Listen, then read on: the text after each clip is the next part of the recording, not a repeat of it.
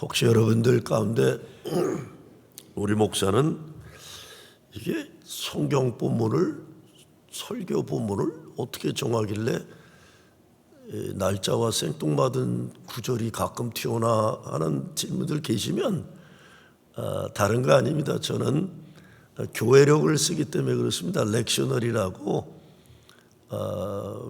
장로교회나 감리교회나 웬만한 큰 교단에서는 미국 교회에서는 이 교회력을 따라서 하는 설교입니다. 그런데 보통은 구약에서 하나, 복음서에서 하나, 그리고 서신에서 하나, 세 개를 가지고 설교를 해야 되는데 제가 보기에는 제 성격에도 안 맞고 주일날 세 가지 본문 다 가지면 정신이 하나도 없어서 저는 그 중에 하나를 선정하기 때문에 그렇습니다.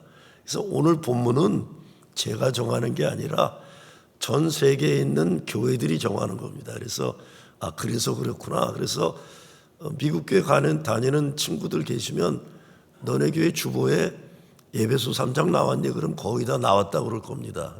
특별히 장로교나 루터론이나 감리교에서. 그러니까 전 세계 교회가 같이 쓰는 교회력 본문을 쓰는 거구나. 그렇게 이해해 주시기 바랍니다. 정채봉이라는 사람이 첫 마음이라는 새해에 드리는 시를 썼어요. 첫 마음. 그 가운데 이런 내용이 나옵니다. 1월 1일 아침에 찬물로 세수하면서 먹은 첫 마음으로 1년을 산다면, 사랑하는 사이가 처음 눈을 맞던 날의 떨림으로 내내 계속된다면, 아팠다가 병이 나은 날의 상쾌한 공기 속에 감사한 마음으로 몸을 돌본다면, 세례를 받던 날의 빈 마음으로 눈물을 글썽이며 교회에 다닌다면, 여행을 떠나던 날 차표를 끊던 가슴팀이 식지 않는다면, 이 사람은 그때가 언제든지 늘 새 마음이기 때문에 바다로 향하는 냇물처럼 날마다 새로우며 깊어지며 넓어진다. 그렇습니다.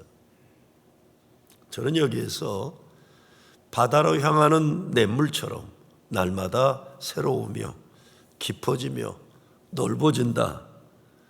이것이 새해 첫줄 우리가 시작하는 2025년도 하나님 활짝 열어주시는 은혜와 축복이기를 기도합니다. 새해는 하나님이 우리에게 다시 시작하는 기쁨과 축복을 주시는 선물입니다. 초심으로 돌아가는 것도 중요하죠. 감사와 기쁨, 희망과 믿음으로 우리는 시작하는 것입니다.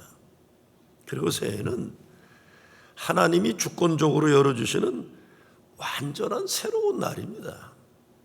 내 과거에 따라 결정되는 거 아닙니다. 2024년도가 그랬으니 2025년도 그러리라, 그렇지 않습니다. 또 내 의지에 따라 내 마음대로 되는 게 아니죠. 하나님의 전적인 주권적인 역사예요. 그러니 하나님이 새롭게 열어주는 날들을 우리가 겸허하게 감사하는 마음으로 기다릴 수 있어야 될 것 같습니다. 스펜서 존스라는 사람이 쓴 말인데 여러 사람들이 자기들이 한 말처럼 가끔 인용될 때가 있더라고요. 이건 옛날에 스펜서 존스라는 사람이 쓴 말입니다. 과거는 역사다 그랬어요. past다 그랬어요. future는 미스테리다. 미래는 미스테리다. 현재란 단어는 영어로 present라고 그러잖아요. presence. 근데 현재는 present다. 선물이다. 이렇게 말합니다. 과거는 이미 지나간 일이기 때문에 되돌릴 수가 없어요. 지우개로 막 지우려고 해도 이미 지나갔습니다. 미래는 아직 다가오지 않은 일이라 알 수 없기 때문에 우리는 오늘의 최선을 다해야 되는 겁니다. 우리의 현재가 하나님이 주시는 선물이다, 이런 것이죠. 미래는 전적으로 하나님의 주권적 영역입니다. 그런데 아직 오지 않은 신비로운 미래를 우리는 축복 축복으로 만들 수는 있어요. 축복으로. 하나님 말씀과 약속 믿는 것이죠. 하나님 약속과 말씀 믿는 거예요. 내가 너희들에 대한 계획은 저주가 아니라 축복이라고 말씀하는 거죠.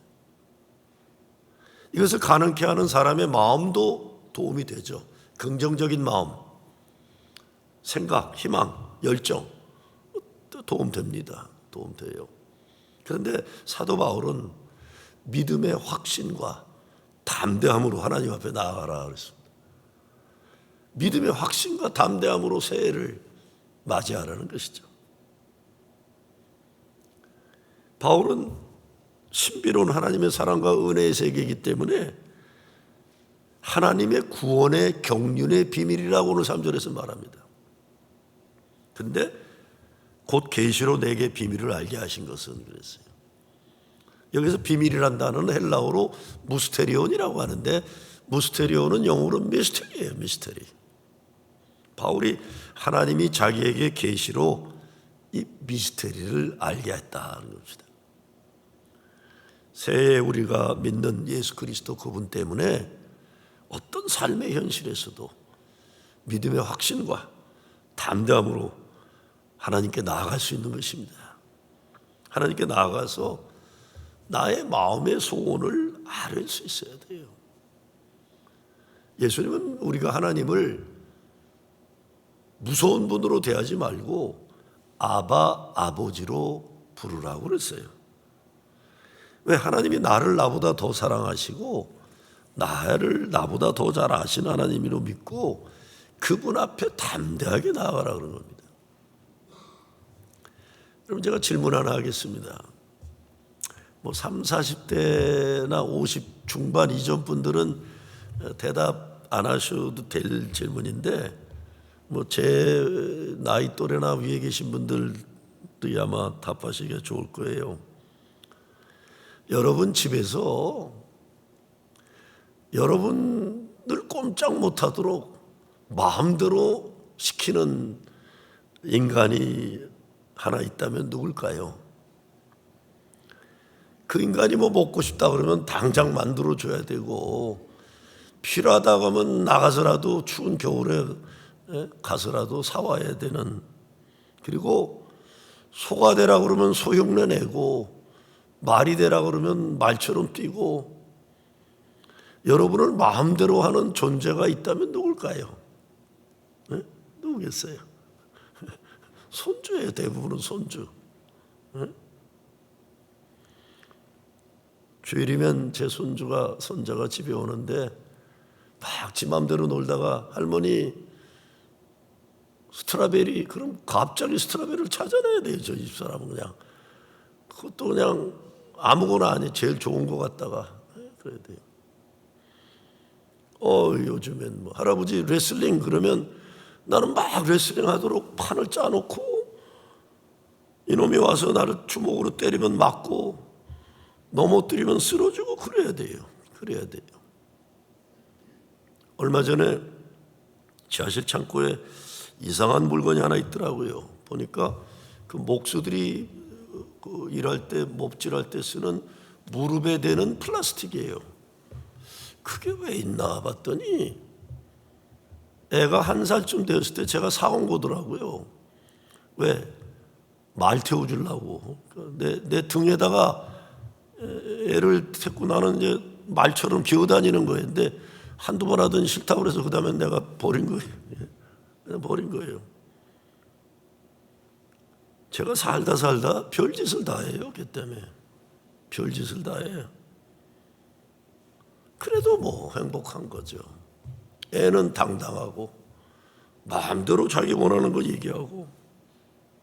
오늘 사도 바울은 우리가 하나님께 나아갈 때 그렇게 하라는 겁니다. 그렇게 하라고.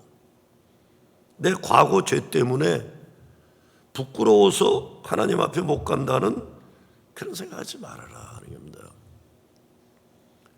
나같이 못난 인간이 무슨 자격으로 하나님께 기도할 수 있나? 그러지 말라는 거예요. 그러지 말라. 여러분, 여러분의 자녀나 손주들이 그러면 얼마나 이 가슴 아파요. 그렇죠?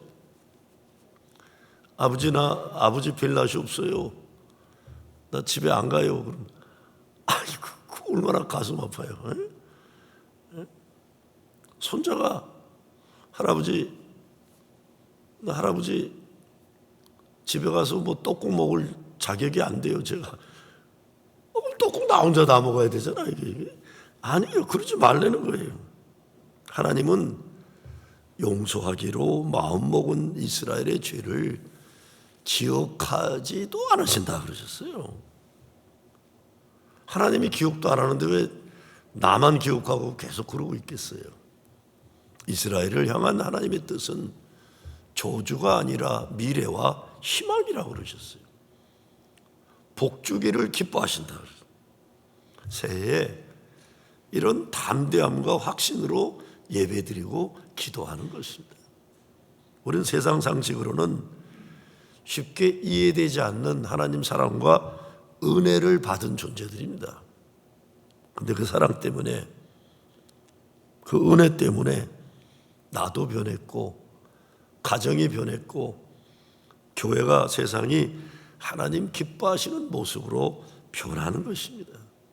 어떤 변화입니까? 첫째, 거룩한 목적과 목표입니다. 감옥에 갇혀 있으면서도 사도 바울은 이 복음을 위하여 그의 능력에 역사하시는 대로 내게 주신 하나님의 은혜의 선물을 따라 내가 일꾼이 되었도다. 아주 감옥에서 있다가 순교당해야 되는 신세인데 너무 신나는 거예요.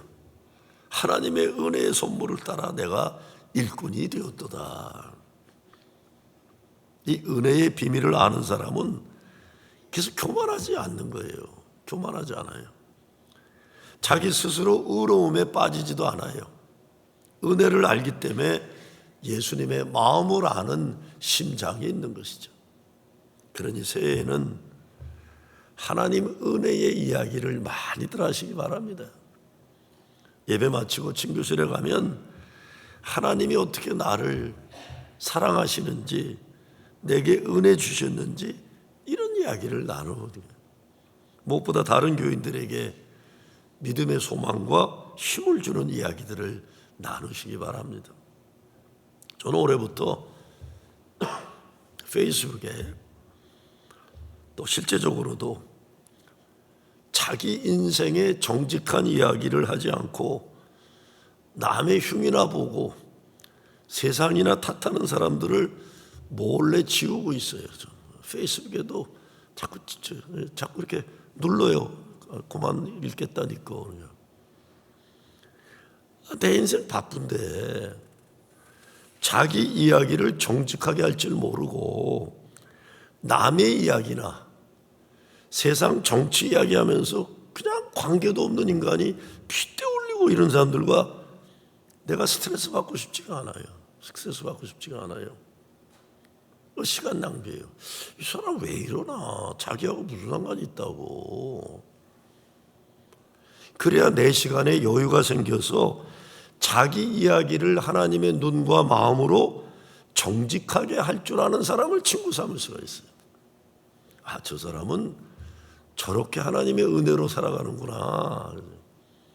참 어려울 텐데 저분의 글을 보면 하나님이 함께 하신다는 게 느껴지는구나. 교회는 물론 국가와 민족에 대한 이야기도 하나님의 뜻 안에서 보려고 기도하는 사람들과 대화를 해야 배울 것이 있고 발전에 도움이 되는 거예요. 그는 전 진보냐 보수냐 상관없다고 그러봐요. 전 요즘엔 진보 쪽 사람도 많이 끊고 있어요. 그냥 이 사람은 자기하고 무슨 일 된다고 미국 텍사스에 살고 있으면서 이렇게 난리를 치나. 대한민국에 세금도 안 내고 나처럼 군대도 안 갔다 온 주제에 무슨 지 혼자 애국하는 것처럼 이렇게 난리를 치나. 에이 가짜야 이 자식. 그러고요. 왜? 진실됨이 없어요. 진실됨이.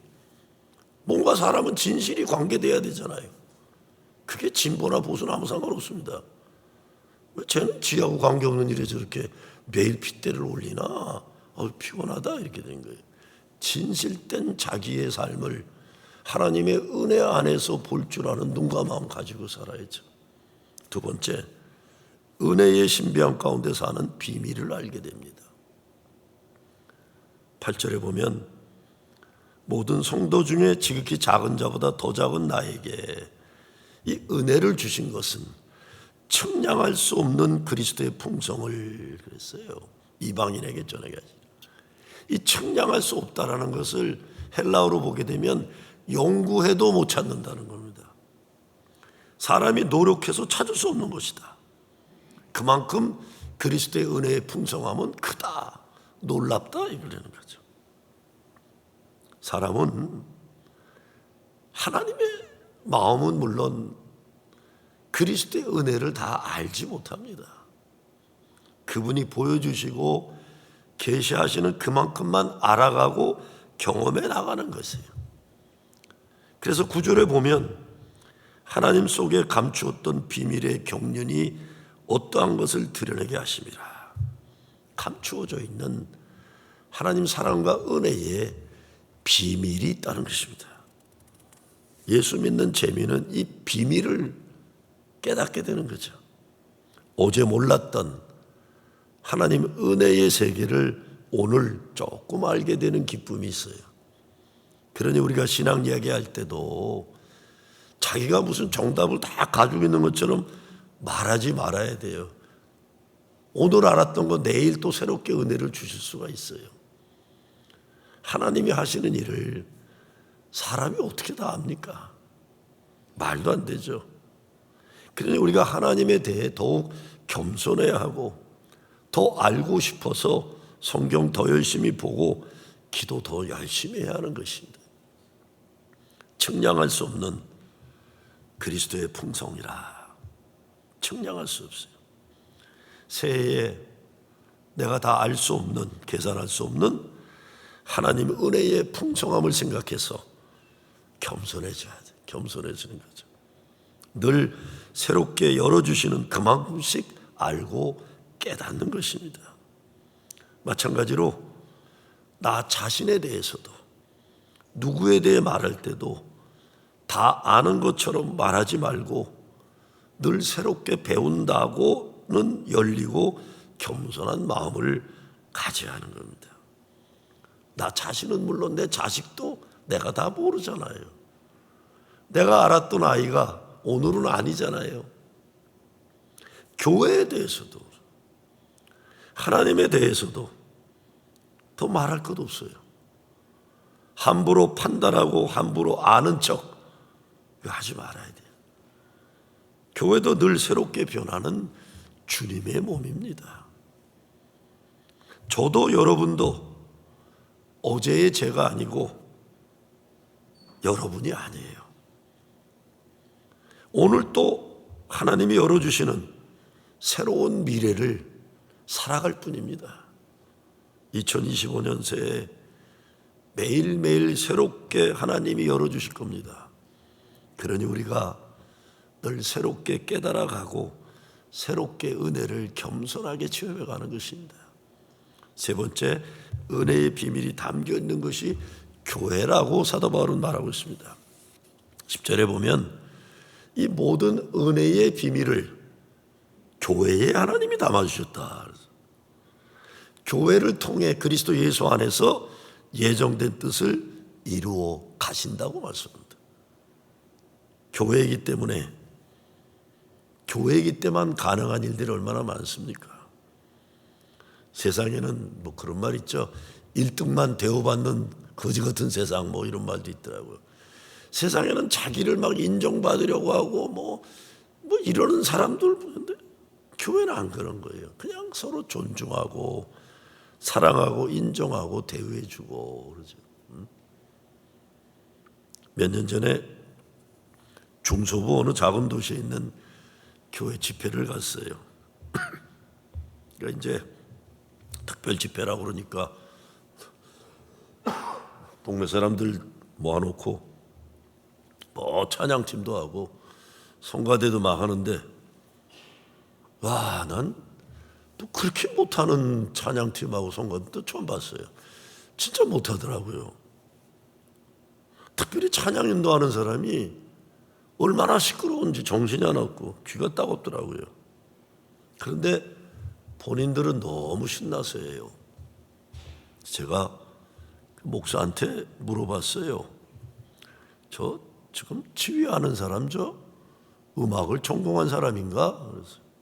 그랬더니 아니에요 목사님, 그러고 활짝 웃어요. 근데 목사님, 여기에서는요 잘하는 사람보다 열심히 하는 사람이 귀한 곳입니다 그래요. 저분 정말 열심히 교회 섬기는 고마운 분입니다 그래요. 그 말을 듣고 제가 깜짝 놀랐어요. 아, 이게 내가 교만했구나. 저는 대도시에서만 목회를 했어요. 대도시에서만. 그리고 뭐 보스턴은 말할 것 없이 그 뉴잉글랜드 콘서버터리가 있었고 막 음악 전문가들만 있었고, 시카고도 뭐 개척교회지만 시카고 콘서버터리에서 박사학위 한 사람이 지휘하고, 그러니까 잘하는 사람들만 있었어요. 큰 교회만 있었어요. 그렇기 때문에 그 목사가 얘기하는 은혜를 아는 마음이 저한테 없었던 거예요. 은혜를 아는 마음. 다 내 평가 기준을 가지고 사람을 마음대로. 그래서 우리 성가대도요, 잘하려고 하지 마세요. 나는 잘하려고 하는 건 부담돼요. 서로 다 신나게 하세요. 신나게, 재미나게. 다만 제가 걱정은 연세 드시면서 계단에 좀 안 올라갈 길이 없을까 좀 걱정인데, 왜냐하면 자꾸 떨어질 것 같은데 계단을 고치던가 올라가지 말던가 하는데 그냥 신나게 하세요. 왜냐하면 틀려도 잘 몰라요 사람들. 그러니까 그럼 내가 보니까 우리 교인들 저 기질이 신나면 아멘을 하더라고요. 신나면 막 어렵게 하면은 막 부담돼 갖고 막 정신이 하나도 없으니까 신나게, 자신 있게, 담대하게. 저는 이게 중요하다고 봐요. 은혜를 아는 사람들이 찬양에서 은혜가 이렇게 스며들고 넘쳐나는 거지. 노래 잘해봤자 그거는 뭐 아무리 잘해봤자 뭐 임영웅인가 뭐 무슨 태진아보다 잘할 수 없어요. 그러니까 은혜가 사도 바울이 지금 그 얘기하는 겁니다. 내가 그리스도의 비밀스러운 은혜를 깨닫고 보니까 내가 그동안 살아가면서 가졌던 인간에 대한 판단이나 이런 거 잘못됐다, 이런 걸 깨닫고 하는 거예요. 그래서 자기가 부끄럽게 여기고 상대 안 하는 더럽다고 했던 이방인들을 위해 순교를 할 수 있는 거예요. 믿음의 아버지가 되는 거예요. 우리 교회도 사도 바울만큼은 못 되지만 예수님 사랑 때문에 성도들 가운데 사랑과 은혜의 나눔의 역사가 있어요. 전도하고 선교하고 세상의 빛과 소금이 되는 역사들이 있어요. 우리가 교회에서 늘 그렇게 하는 것을 생각하고 살아가니까 별것 아닌 것 같지만 하나님이 함께 하시지 않으면 불가능한 엄청난 일들이 일어나고 있습니다.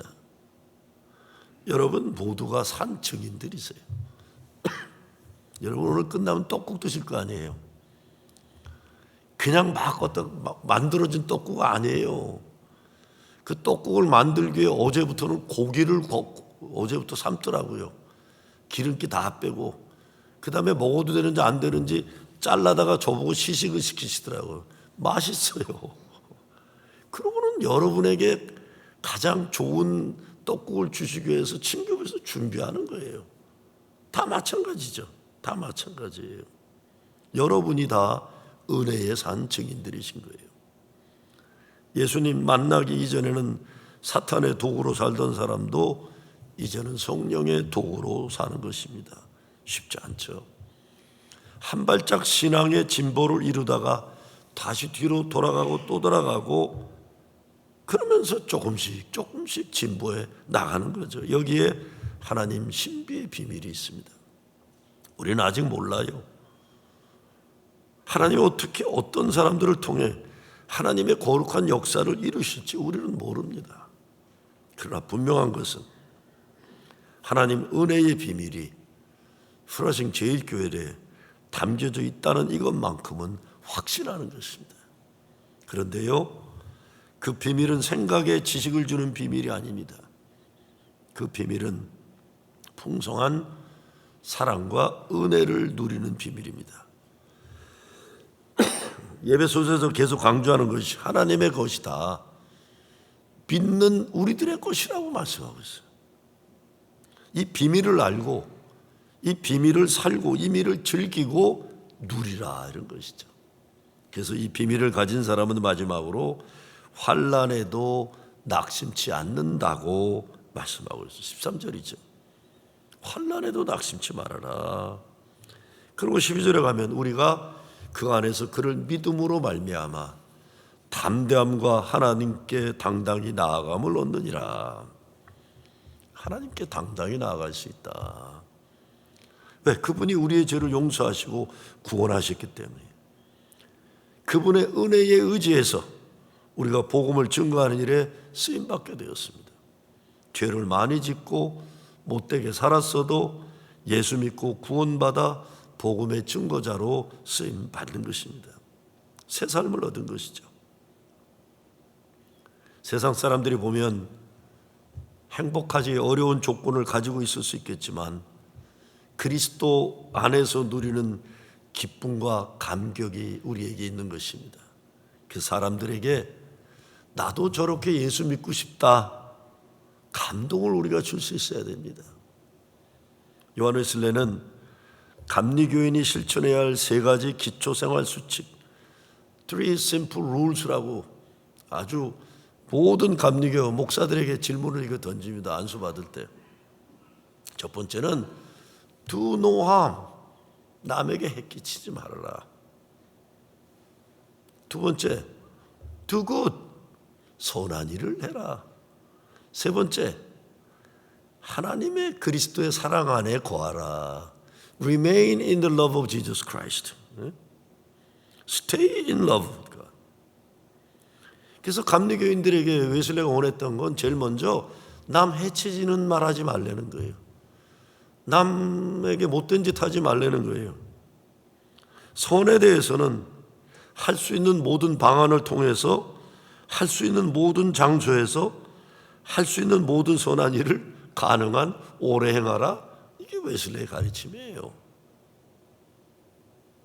그러니까 우리는 이 3가지를 새해에 잘 지켜야 될 겁니다. 뭐 대단한 거 뭐 얘기할 거 없어요. 우리 감리교인은 이 3가지 생활 수칙을 통해 하나님 은혜의 통로가 되는 겁니다. 2025년 프로심 제1교 한화회중 창립 50주년입니다. 하나님이 이 해를 통해 우리에게 어떻게 은혜를 내려주실지, 그리고 어떻게 신년의 도구로 사용하실지 몰라요. 다만 기대할 뿐입니다.